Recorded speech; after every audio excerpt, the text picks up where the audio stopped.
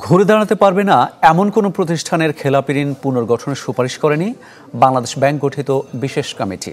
কমিটির সদস্য মামুন রশিদের দাবি, সুপারিশ পাওয়া প্রতিষ্ঠানগুলোর সম্ভাবনা যাচাই করা হয়েছে, নিরীক্ষা নেওয়া হয়েছে কেন্দ্রীয় ব্যাংকের মতামত। মাসুম মিয়ার প্রতিবেদন। প্রাণ কফি ক্যান্ডি, কররা কফির কঠিন স্বাদে হাইকে বলো বাই। প্রাণ কফি ক্যান্ডি, হাইকে বলো বাই। বাংলাদেশের ব্যাংক ব্যবস্থায় মরণব্যাধি ক্যান্সারের রূপ নিয়েছে খেলাপি ঋণ। বর্তমানে যা উঠেছে 28% উপরে। অতীতে বিষয়টি নিয়ে কম বেশি আলোচনা হলেও নতুন মাত্রা পেয়েছে গেল 1 বছরে। তবে দায়িত্ব নেওয়ার পর নানা কারণে খেলাপি হয়ে পড়া ঋণ নবায়নের সুযোগও উন্মোচন করেন নতুন গভর্নর নীতি সহায়তার মাধ্যমে। এই খাতে পুনঃতফসিলের প্রথা চালু হয় 90 দশকে, যদিও বিভিন্ন সময় পরিবর্তন আসে নীতিমালায়, যার মধ্যে সবচেয়ে বিতর্ক তৈরি করে 2% ডাউন পেমেন্ট দিয়ে 10 বছরের জন্য নবায়নের সুযোগ, যা আরও বাড়িয়ে দেয় খেলাপির প্রবণতা।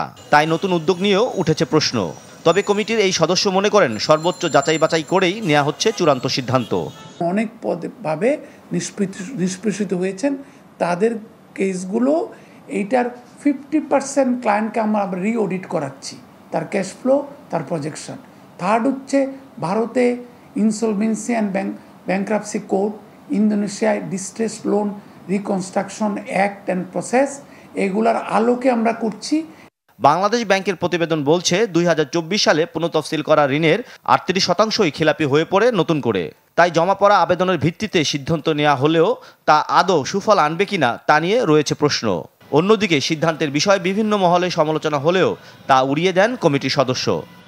উভয় পক্ষের আলোচনার ভিত্তিতে একটা সমঝোতার জায়গায় আসে, তখনই। আপনি যেটা বলছেন অনেক দুর্বল, এগুলার এখনও সমাধান হয়নি।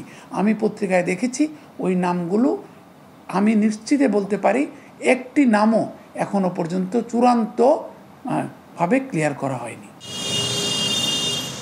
এই প্রক্রিয়ায় সংশ্লিষ্ট ব্যাংকগুলোর তারল্য সংকটের বিষয়টিও গুরুত্বের সাথে বিবেচনা করা হচ্ছে বলেও জানান তিনি।